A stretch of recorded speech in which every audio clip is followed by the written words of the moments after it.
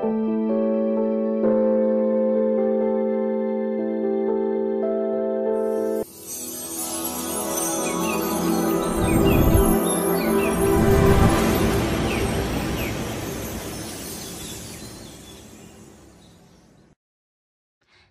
Liệu xin chào bạn. Chào mừng bạn đến với kênh Móc Len của Dương Liệu Handmade. Video này Liệu sẽ hướng dẫn bạn móc một mẫu túi xách kiểu hạt bắp nổi gân rất là đẹp. Mẫu túi này đang rất là hot và mình hướng dẫn cho các bạn size lớn để các bạn có thể đựng được khá nhiều đồ, và đặc biệt phù hợp cho các bạn học sinh, sinh viên chúng ta đựng tập sách đi học rất là đẹp đó các bạn. Và mình có phối thêm phần dây quai đeo chéo nữa, nhìn rất là đẹp. Nguyên liệu mình sử dụng hôm nay đó là len có hiệu là Da Hoa, kích thước cỡ sợi là 3mm. Thì các bạn sẽ chuẩn bị cỡ 3 cuộn là khoảng 300g len là mình sẽ móc được hoàn thành một chiếc túi nha. Kim móc mình hướng dẫn đó là kim đầu 3.5, kim SKC. Len này có cỡ là 3mm thì các bạn sẽ chuẩn bị kim 3.5 hoặc là 4mm thì nó sẽ ra kích cỡ túi như mình hướng dẫn nha. Chuẩn bị thêm cho mình một chiếc kéo cắt len thừa, một chiếc kim khâu len và một hạt nút hít để chúng ta kết vào phần túi. Thì toàn bộ những nguyên liệu len nè, kim móc nè, nút hít nè, Liệu đều có bán ở shop và Liệu để cái link ở dưới bài mô tả. Các bạn kích vào bài mô tả của Shopee hoặc Lazada để chọn mua những cái mã màu len, kim móc để chúng ta học móc cái túi hạt bắp cưng cưng này nha. Rồi chúng ta cùng vào phần bài học thôi nào. Đầu tiên các bạn lấy len và tạo cho mình một nút thắt, móc lên mũi móc xích 1 2 3 4 5 6, móc tổng cho mình 47 mũi móc xích nha. Xong 47 mũi móc xích rồi bắt đầu chúng ta lên hàng đầu tiên, bỏ chân móc đầu tiên, móc vào chân thứ hai cho mình một mũi đơn. Rồi các bạn sẽ móc tiếp theo là mỗi chân móc một mũi đơn như vậy cho đến hết hàng. Thì chúng ta sẽ có tổng là 46 chân móc.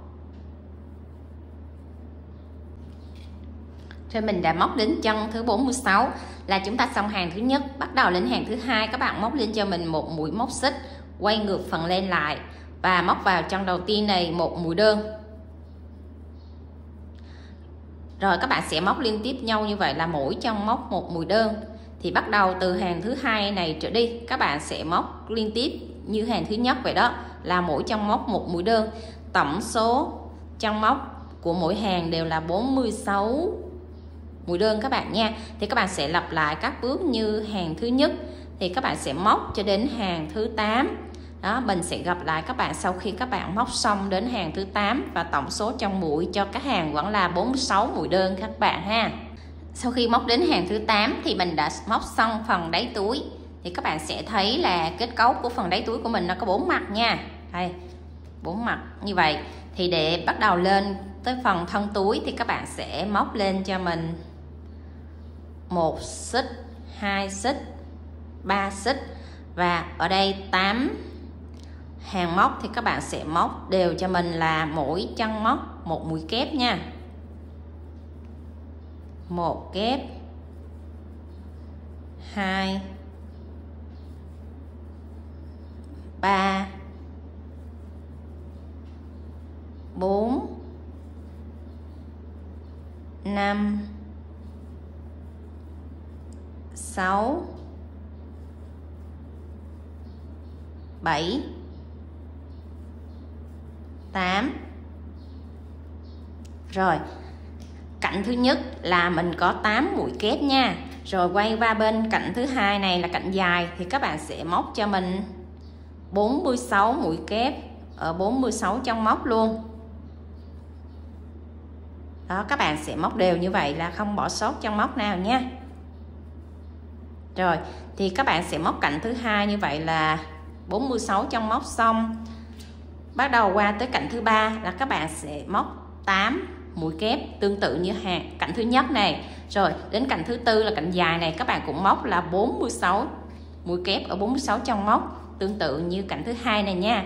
Rồi mình gặp các bạn sau khi các bạn móc xong đến cạnh cuối cùng này ha các bạn. Rồi mình đã móc đến chân cuối cùng thì tổng chân mũi vẫn là 108 nha. Rồi chúng ta kết hàng lại bằng một mũi dời vào ngay cái mũi xích thứ ba đó các bạn. 1 2 3. Các bạn kết hàng vào mũi xích này nha. Siết chặt lại là mình đã xong hàng đầu tiên của phần thân túi. Bắt đầu lên hàng thứ hai, các bạn móc lên cho mình 1 2 3. 3 mũi móc xích, ngoắt sợi len, đâm kim vào tại cái chân móc đầu tiên này cho mình. Một mũi kép, ngoắt qua một lần, đó, gọi là mũi kép chờ đó các bạn. Rồi đâm kim qua một lần, một mũi kép chờ thứ hai, một mũi kép chờ thứ ba, qua 2 sợi len thôi, một mũi kép chờ thứ tư. Rồi các bạn sẽ để ý thấy trên kim của mình có 1 2 3 4 5 vòng len nha. 5 vòng len này các bạn sẽ kéo thẳng lên và chúng ta sẽ kéo hết qua một lần. Đó là mình đã tạo xong một cái mũi hạt bắp ha các bạn.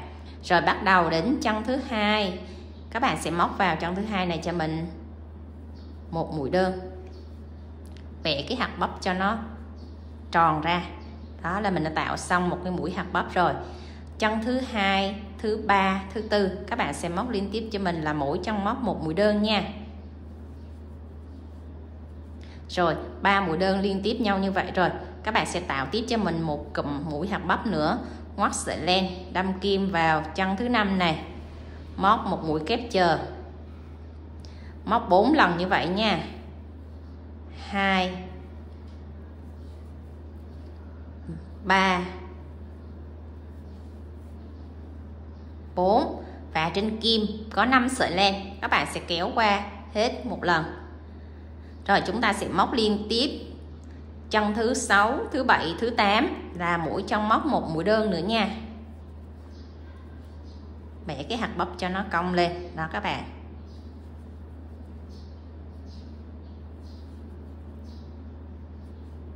Đó là mình đã tạo được 2 mũi hạt bắp rồi. Các bạn sẽ làm tương tự như vậy nữa nha. 1 2 3 4, qua hết 4 5 sợi len. Rồi bắt đầu mình móc tiếp 3 mũi đơn ở 3 chân móc,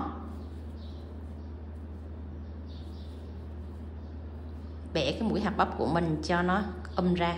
Rồi các bạn sẽ lặp lại các bước như mình hướng dẫn vậy nha. Là chúng ta sẽ có cái một cụm hạt bắp là 4 mũi kép chờ, rồi cách một mũi hạt bắp là 3 mũi đơn. Đó, các bạn sẽ cứ cách một mũi hạt bắp 3 mũi đơn, rồi chúng ta sẽ tạo tiếp một cụm hạt bắp nữa như vậy ha. Rồi mình sẽ gặp các bạn sau khi các bạn móc đến chân cuối cùng này nha. Sau khi mình đã móc xong đến cuối dòng rồi thì chúng ta cũng kết hàng lại bằng một mũi dời vào cái mũi móc xích thứ nhất, thứ hai, thứ ba. Các bạn sẽ đâm vào mũi móc xích thứ tư này nha.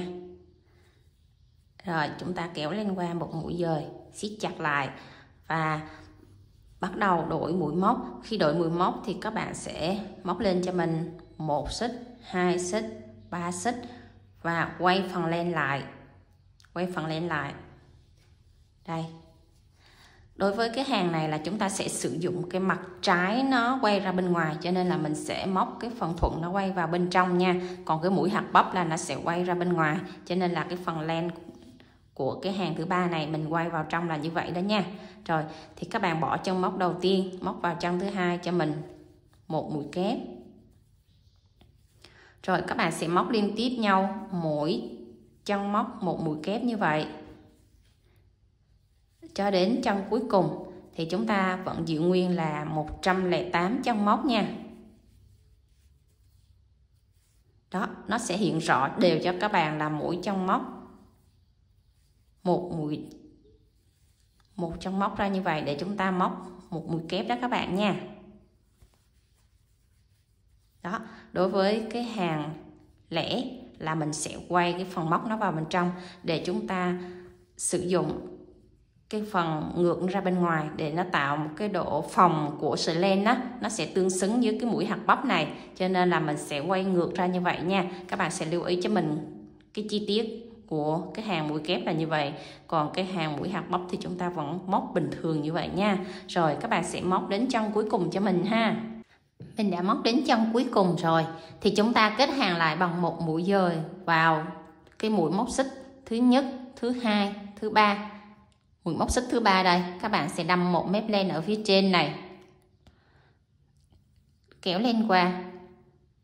Tại sao mình đâm vào cái mũi móc xích thứ ba mà không đâm lên đầu mũi kép? Tại vì mình tận dụng cái mũi móc xích thứ ba này, của 3 mũi móc xích này mình tận dụng nó là một mũi kép, cho nên các bạn phải móc vào cái mũi xích thứ ba đó để tượng trưng cho một mũi móc kép.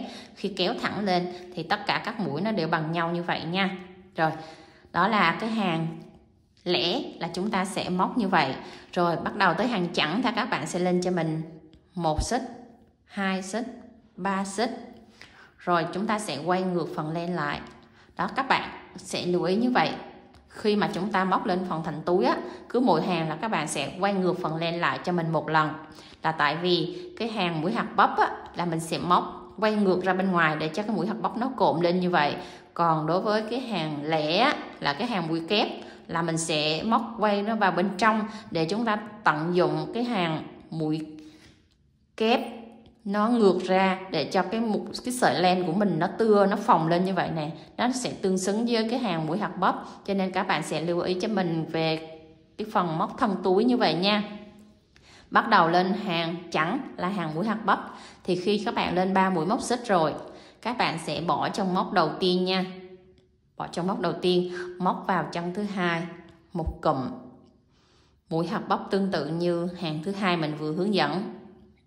Tại sao mình lại bỏ trong móc đầu tiên? Tại vì trong móc đầu tiên này, khi các bạn móc mũi hạt bắp thì nó sẽ không có nằm thẳng hàng so với mũi hạt bắp của hàng đây.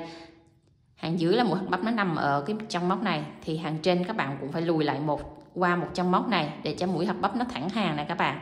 Các bạn móc cái túi xách là các mũi hạt bắp nó phải thẳng đều lên nhau như vậy thì các bạn mới móc đúng nha. Rồi khi lùi vào một chân móc này, các bạn sẽ móc vào chân thứ hai cho mình một cụm 4 mũi kép dồn nữa. Cái mũi kép dồn các bạn muốn hạt bắp nó tơi mà nó bự ra vậy thì cái mũi kép này các bạn phải kéo len nó căng bằng 3 mũi móc xích như vậy nha. Đó, kéo len căng như vậy thì các bạn mới móc qua sợi len thì cái độ cao của nó mới bằng nha. Rồi chúng ta sẽ móc liên tiếp 4 lần để cho cái mũi hạt bắp của mình nó đạt cái độ to. Đó, 3 lần rồi. Lần thứ tư nè. Đó, luôn luôn kéo cao như vậy cho mình nha. Mình sẽ đo thử cho các bạn xem cái mũi mà kéo cao của mình nó sẽ được bao nhiêu cm để cho các bạn ước lượng các bạn biết nha. 2 cm đó các bạn. Đây, cái mũi kép kéo cao của mình là 2 cm lận đó nha. Rồi, xong rồi các bạn sẽ thấy trên kim có 5 sợi len nè, các bạn sẽ kéo qua hết một lần. Rồi, là nó có cái độ phồng của hạt bắp rồi nha. Rồi móc liên tiếp ở 3 chân móc là 3 mũi đơn. Đợi cái hạt bắp cho nó phồng ra. Rồi các bạn thấy nó phồng rồi ha. 3 mũi đơn liên tiếp ở 3 chân móc. Đó là các bạn thấy nè, cái mũi hạt bắp nó sẽ nằm cùng hàng so với mũi hạt bắp ở phía dưới. Và chúng ta sẽ thực hiện một cụm hạt bắp thứ hai nữa nha. Cứ cách 3 mũi móc đơn các bạn lại thực hiện một cụm mũi hạt bắp. Đó, tương tự như hàng dưới các bạn cũng làm tất cả các hàng này, các bạn đều tạo một cụm mũi hạt bắp như vậy cho mình nha. Rồi các bạn sẽ móc tiếp theo cho mình cứ hàng lẻ là các bạn sẽ móc mũi kép, hàng chẵn là các bạn sẽ móc mũi hạt bắp. Đó, các bạn thấy là khi mình căng lên nó đã thẳng hàng các mũi hạt bắp với nhau rồi nha. Và mũi hạt bắp nó sẽ phồng cộm bự ra như vậy đó. Rồi các bạn sẽ móc liên tiếp như vậy cho mình. Cứ hàng chẵn hàng lẻ, hàng chẵn hàng lẻ xen kẽ nhau. Cứ hàng kép và hàng bắp, hàng kép hàng bắp như vậy. Móc cho đến hàng thứ 25. Mình sẽ gặp các bạn sau khi các bạn móc xong đến hàng thứ 25 nha. Sau khi các bạn móc xong đến dòng thứ 25 rồi thì các bạn sẽ đo thử cái thành phận của mình nó có kích thước là bao nhiêu, nó đủ với cái nhu cầu sử dụng của mình chưa. Rồi mình sẽ bắt đầu lên phần quai xách nha. Mình đo cái phần chiều ngang cho các bạn xem nè. Chiều ngang khi mình bẹp chiếc túi lại là nó khoảng là 38 cm. Rồi còn chiều dọc của chiếc túi khi mình để bẹp thẳng xuống là nó 27 cm, 38 với 27 cm các bạn nha. Rồi mình sẽ lấy thử cuốn tập hay là giấy mình test thử. Đây, cuốn tập là các bạn để vào nè, là nó vừa y thinh. Còn cái khổ giấy A4 mình đưa khổ giấy A4 vào thử nha. Rồi khổ giấy A4 cũng vừa lọt lòng trong chiếc túi của mình luôn nè. Đó là tất cả các cái tập hồ sơ hoặc là các cái giáo án thì nó đều là khổ A4 hết. Thì các bạn sẽ bỏ vừa vặn trong chiếc túi như vậy rồi là mình có thể là chốt và cắt len là được cho chiếc túi này rồi ha. Đó. Rồi mình sẽ bắt đầu chốt len là chúng ta lên phần quai sách nha. Nếu các bạn mà muốn móc chiếc túi này rộng hơn chút xíu nữa thì các bạn sẽ tăng size lên theo nhu cầu sử dụng của các bạn nha. Rồi móc đến cái hàng thứ 25 này thì chúng ta sẽ móc lên một mũi móc xích nữa, siết chặt lại và cắt cái len thừa này đi. Chúng ta dùng kim khâu len để giấu cái đoạn mối nối này vào trong chiếc túi nha. Rồi bắt đầu chúng ta sẽ lên phần quai sách. Bây giờ chúng ta sẽ bắt đầu làm phần quai sách. Thì khi làm một phần quai sách các bạn sẽ xác định 4 điểm cho mình. Có hai cách để mình xác định 4 điểm để chúng ta móc phần quai sách. Cách thứ nhất là mình sẽ đếm cái vị trí ở mũi thứ 100. Đây bên tay phải của mình là mũi thứ 100 cho đến mũi thứ 2. Đó là bên tay phải. Bên tay trái là chúng ta sẽ đếm từ mũi thứ 46 cho đến mũi thứ 56. Trong tổng 108 chân mũi thì mình chia ra 4 vị trí như vậy nha. Còn cách đếm thứ hai là mình sẽ không cần đếm số mũi mà mình chỉ cần là bẹp cái túi này lại. Bẹp cái túi này lại như vậy và chúng ta sẽ bẻ ra. Chúng ta canh như thế này là cái phần dây đeo của mình nó sẽ nằm ở vị trí là 3 hạt bắp như vậy nè. Đó là dây đeo mình làm 3 hạt bắp nó thẳng lên thì các bạn sẽ canh cái hạt bắp đầu tiên này. Trong 3 hạt bắp này thì cái hạt chính giữa nó nằm ở giữa túi này và hai hạt hai bên nó đối xứng với nhau như vậy thì các bạn sẽ canh ngay cái vị trí cái hạt bắp đầu này nè. Thì các bạn canh là ngay chân móc từ cái hạt bắp này tính lên là chân móc thứ nhất thì các bạn sẽ bỏ lùi lại một chân móc. Các bạn sẽ ghim vào cái chân móc lùi lại tại hạt bắp này. Rồi các bạn sẽ tính từ cái chân móc đó, các bạn tính chân đầu tiên đó là 1 2 3 4 5 6 7 8 9 10 tới chân thứ 11 là các bạn sẽ ghim lại chân thứ 11 cho mình nha. Chân thứ 11 là cái chân mà chúng ta giống cái mũi hạt bắp thứ 3 lên nè. Thì cái chân ngay chân hạt bắp là chân này là chân thứ 10 và chúng ta sẽ ghim chân 11. Đó là cái cách mà chúng ta không cần đếm mà chúng ta sẽ bẹp cái túi lại. Đó, cái mũi hạt bắp giữa và hai mũi hạt bắp hai bên nó đối xứng nhau như vậy đó. Các bạn sẽ bẹp nó lại, hai mũi nó đối xứng thì mình ghim hai cái phần đánh dấu này vô là được. Đó, tương tự như cái phần bên này thì chúng ta cũng làm tương tự như vậy đó nha. Bẹp cái túi lại và ghim hai điểm này là mình có thể ra được cái phần quai sách rất là nhanh mà chúng ta không cần phải đếm nha. Rồi, đó là hai cách để các bạn sẽ làm phần quai cho mình.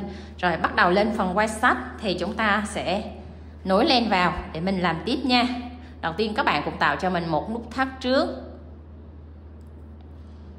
Bắt đầu đưa vô móc cái chân thứ 100. Chúng ta móc đến chân thứ 2 nằm ở đây nha. Rồi tại chân móc thứ 100 này các bạn tháo ghim ra cho mình và bắt đầu móc từ chân này tính lên nha. Đây, cho kim vào tại chân móc này. Chúng ta nối len, đưa sợi len vào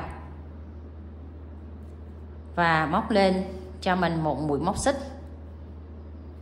Móc vào tại cái chân đó luôn một mũi đơn.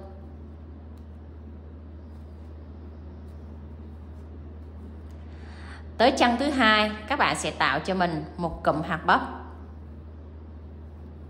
1 2 3 4. Đó, cụm hạt bắp này các bạn cũng tạo tương tự như các cụm hạt bắp ở dưới phần túi như vậy nha. Mình kéo dài tay là cái cụm hạt bắp của mình nó tự động nó tròn lên như vậy. Rồi chúng ta cách 1 mũi đơn, 2 mũi đơn, 3 mũi đơn. Rồi chúng ta thực hiện tiếp hai cụm hạt bắp còn lại cũng tương tự như vậy nha. Đó, lưu ý là khi mình móc cụm hạt bắp lúc nào cũng phải lỏng tay và cao tay để cái cụm hạt bắp của mình nó sẽ tròn lên. Cái túi của mình nó đẹp là nhờ cái cụm hạt bắp đó các bạn. Đó, móc xong là mình bắt đầu quay xuống móc mũi đơn là cái cụm hạt bắp của mình nó tự động nó sẽ tròn lên như vậy đó. 1 đơn, 2 đơn, 3 đơn, và mình tạo tiếp một cụm hạt bắp nữa. 1 bắp, 2, 3, 4, được một hạt bắp thứ ba. Rồi chúng ta sẽ hạ xuống một mũi đơn tại cái chân ghim đánh dấu thứ hai này. Rồi đó là phần quai sách mình sẽ móc 3 cụm hạt bắp như vậy nha, cho cái quai sách của mình nó to và đeo cho nó chắc chắn nha. Bắt đầu lên hàng thứ hai, các bạn móc lên cho mình 1, 2, 3 mũi móc xích, quay phần len lại. Chúng ta sẽ móc ở chân kế tiếp đó. Ở đây chúng ta có 11 chân móc thì các bạn đã móc lên 3 mũi móc xích là tượng trưng cho 1 chân móc rồi. Mình sẽ móc vào chân thứ hai này 1 mũi kép. Rồi tiếp tục các bạn sẽ móc 10 chân móc, mỗi chân móc 1 mũi kép. Tiếp theo như vậy cho mình nha. Đó là mình cũng luôn luôn sử dụng cái mũi kép này là bên phần ngược. Bên phần ngược nó sẽ quay ra bên ngoài nha. Tương tự như phần túi đó các bạn. Đó, các bạn cũng sử dụng phần len ngược của cái mũi kép này nó quay ra bên ngoài. 10 mũi móc kép ở 10 chân móc nha các bạn. Đây, đừng bỏ sót chân cuối cùng ha. Đó, khi bạn móc 10 mũi móc kép thì nó sẽ thẳng ra như vậy nè, 2, 4, 6, 8, 10. Và cái chân mình lên xích này chúng ta vẫn tính là 11 mũi nha. Rồi bắt đầu lên tới hàng thứ ba, các bạn cũng móc lên 1, 2, 3 mũi móc xích, quay phần len lại. Thực hiện tiếp cho mình một cụm mũi hạt bắp tiếp, ngoắt sợi len, bỏ chân đầu tiên nha. Chúng ta sẽ thực hiện cụm hạt bắp thứ hai ở đây. Đó là các bạn sẽ làm tương tự như vậy cho đến hết phần quai cho mình. Tổng phần quai là chúng ta sẽ móc 71 hàng móc nha. Ở đây mình đang móc tới hàng thứ ba. Đó thì các bạn sẽ lặp lại các bước tương tự như hàng thứ nhất và hàng thứ hai. Mình sẽ móc xen kẽ như vậy, và sau khi móc xong một hàng, các bạn lại lên 3 mũi móc xích và quay phần len lại, chúng ta móc tiếp hàng tiếp theo. Đó, các bạn cứ xen kẽ hàng chẵn hàng lẻ như vậy cho đến hàng thứ 71. Mình sẽ gặp các bạn sau khi các bạn móc xong đến hàng thứ 71 nha. Đó là mình sẽ chia phần quai chéo cho những người có chiều cao cỡ tầm 1m65 đổ lại. Đó, còn các bạn mà cao khoảng 1m7 trở lên thì các bạn chia thêm cho mình 5 hàng móc nữa nha. Còn nếu các bạn mà khoảng 1m65 thì các bạn sẽ chia phần dây đeo cỡ như mình hướng dẫn là được nha các bạn. Rồi đến cái cụm cuối cùng này thì các bạn sẽ móc một mũi đơn vào cái mũi móc xích thứ ba này, 1 xích, 2 xích, xích thứ ba này. Đó, các bạn nhớ là cái xích thứ ba là cái xích mà cũng là tượng trưng cho một mũi kép nha.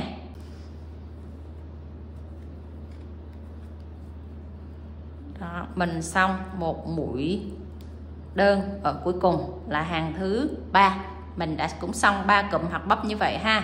Rồi chúng ta sẽ làm tương tự như vậy cho các hàng còn lại. Cứ lên 3 mũi móc xích, quay phần len là chúng ta sẽ đổi một hàng hạt bắp, một hàng kép, cứ như vậy liên tục cho đến hàng thứ 71 cho mình nha các bạn. Đó là luôn luôn bỏ chân móc đầu tiên và móc vào chân thứ hai. Tổng các hàng vẫn được giữ nguyên là 11 chân móc các bạn nha. Đó, mỗi hàng vẫn đều là 11 chân móc ha. Mình sẽ gặp các bạn ở chân thứ 71 nha.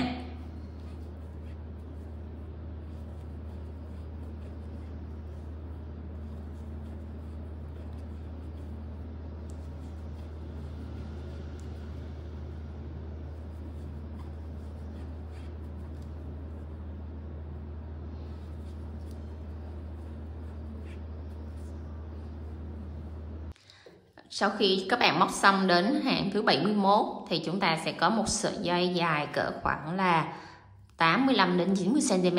Thì nếu các bạn cao trên 1m7 thì các bạn sẽ móc thêm cho mình thêm khoảng 5 đến 10 hàng nữa nha. Còn nếu mà mình cao cỡ 1m6, 1m65 thì các bạn móc sợi dây cỡ chiều dài như vậy là đủ rồi.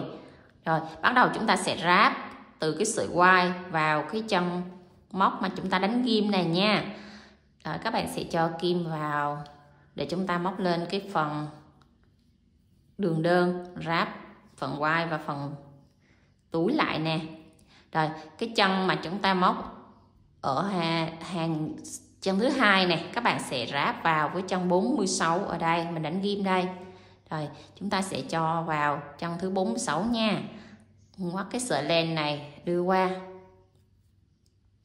kéo chặt lại, móc lên cho mình một mũi móc xích. Rồi thì bắt đầu từ cái chân 46 này, các bạn sẽ móc tới này, chân 47 này, các bạn móc tiếp vào đây, vào chân số 2 đây, một mũi đâm 2 mép liên tục nhau nha các bạn nha. Móc lên cho mình một mũi đơn. Rồi chân kế tiếp và chân kế tiếp của phần quai này, các bạn lại móc cho mình một mũi đơn. Các bạn sẽ thực hiện là 11 mũi đơn ở 11 chân móc như vậy cho mình nha.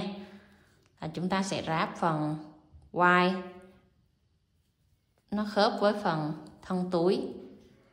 Đó, các bạn sẽ móc tiếp tục như vậy cho mình đến chân cuối cùng nhé.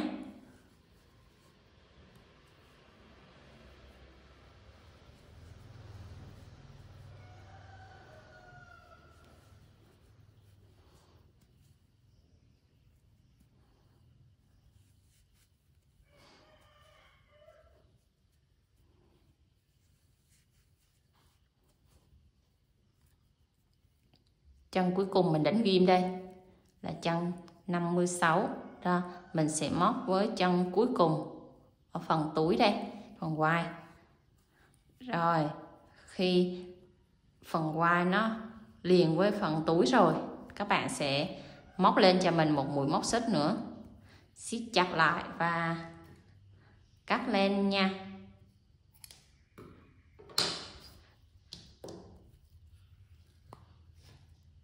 Chúng ta dùng kim khâu len để giấu cái đoạn chỉ thừa này đi là mình đã hoàn thành xong phần túi. Khi giấu thì các bạn nhớ là chốt chặt lại cho mình thêm 2-3 múi nữa nha. Tại vì cái phần quai này mình đeo nó sẽ chắc, nó sẽ cố định đó các bạn. Rồi gỡ cái ghim lên giấu ra luôn nè. Và chúng ta sẽ chốt len thêm 3-4 vòng nữa tại cái vị trí này. Rồi các bạn sẽ đưa kim xuống cái phần mũi đơn đó để mình chốt len cho nó chắc nha.